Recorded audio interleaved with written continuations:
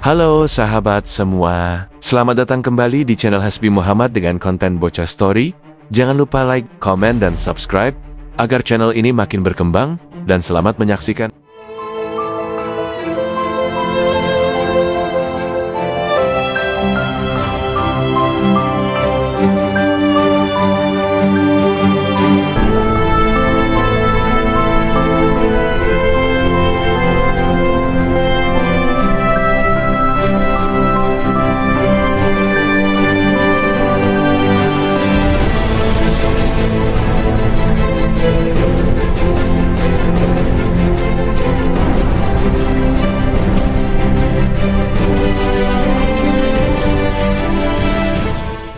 Hari ini, kita akan melakukan perjalanan waktu ke salah satu periode paling krusial dalam sejarah bangsa kita, masa pendudukan Jepang. Seringkali kita mendengar cerita tentang kekejaman dan penderitaannya. Tapi tahukah kalian, di balik semua itu, ada transformasi besar yang terjadi pada struktur pemerintahan di Indonesia dalam periode yang singkat, hanya 3,5 tahun, dari tahun 1942 hingga 1945.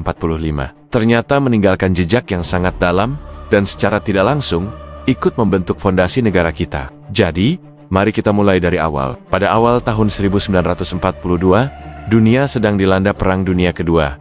Jepang, dengan ambisi besar untuk menciptakan kawasan kemakmuran bersama Asia Timur Raya, melancarkan serangan kilat ke seluruh Asia Tenggara. Pada tanggal 8 Maret tahun 1942, pemerintah kolonial Hindia Belanda, di bawah pimpinan Gubernur Jenderal Djardja van Starkenborg-Stechauer, menyerah tanpa syarat kepada Jepang di Kalijati, Subang. Inilah akhir dari 350 tahun penjajahan Belanda dan awal dari babak baru yang penuh gejolak. Kedatangan Jepang awalnya disambut dengan secercah harapan oleh sebagian rakyat Indonesia. Propaganda Jepang yang menggaungkan slogan Asia untuk bangsa Asia dan menyebut diri mereka sebagai saudara tua berhasil menarik simpati. Banyak yang percaya Jepang datang untuk membebaskan Indonesia dari cengkeraman kolonialisme Barat. Lagu Indonesia Raya bahkan sempat diizinkan untuk dikumandangkan, dan bendera merah putih boleh dikibarkan berdampingan dengan bendera Hinomaru Jepang. Optimisme terasa di udara, namun sayang, semua itu tidak berlangsung lama. Kenyataannya, tujuan utama Jepang adalah untuk menguasai sumber daya alam Indonesia yang kaya, terutama minyak bumi, karet, dan timah, untuk menopang mesin perang mereka.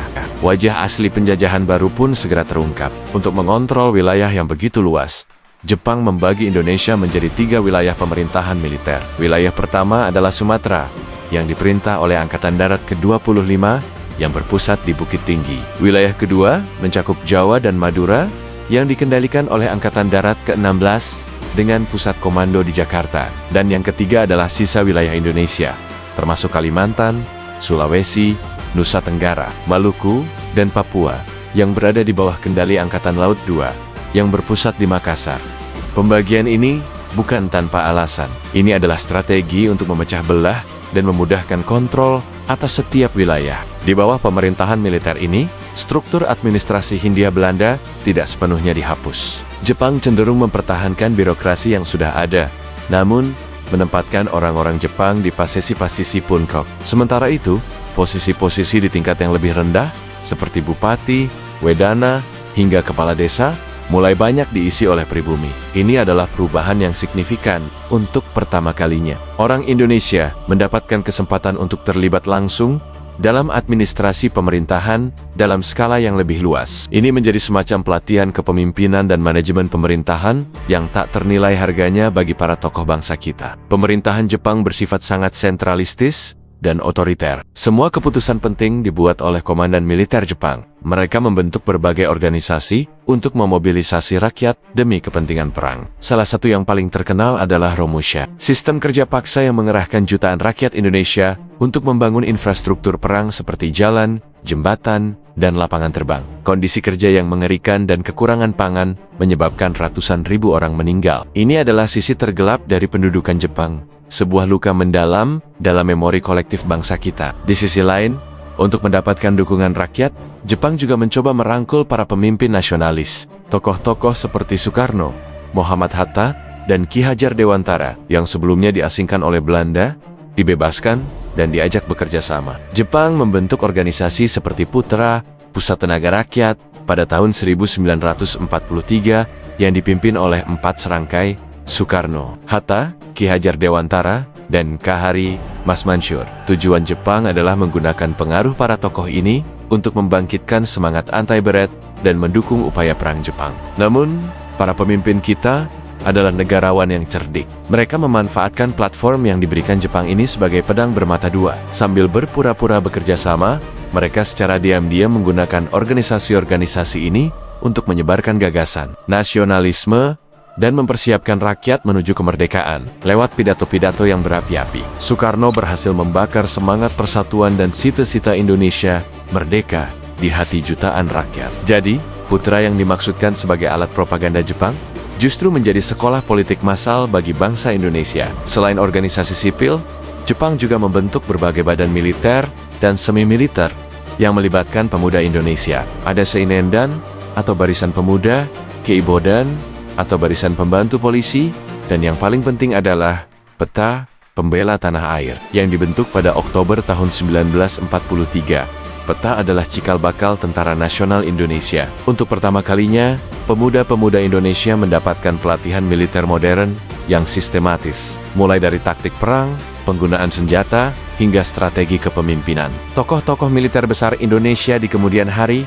seperti Jenderal Sudirman dan Soeharto, adalah jebolan Peta. Ironisnya, tentara yang dilatih Jepang untuk membela kepentingan mereka, pada akhirnya menjadi kekuatan utama yang melawan Belanda saat mereka mencoba kembali menjajah setelah Jepang kalah. Seiring berjalannya waktu, posisi Jepang dalam Perang Pasifik semakin terdesak. Kekalahan di berbagai medan pertempuran membuat mereka melemah. Untuk menarik simpati yang lebih besar lagi dari rakyat Indonesia, pada tanggal 7 September 1944, Perdana Menteri Jepang saat itu Kuniaki Koizo mengeluarkan sebuah janji. Dalam pidatonya di depan parlemen Jepang, ia menjanjikan kemerdekaan bagi Indonesia di kemudian hari. Janji ini, yang dikenal sebagai Janji Koiso, menjadi angin segar bagi perjuangan kemerdekaan. Sebagai tindak lanjut dari janji tersebut, pada 1 Maret tahun 1945, pemerintah pendudukan Jepang di Jawa mengumumkan pembentukan BPUPKI, Badan Penyelidik Yuseiha Persiapan Kemerdekaan Indonesia, atau dalam bahasa Jepang disebut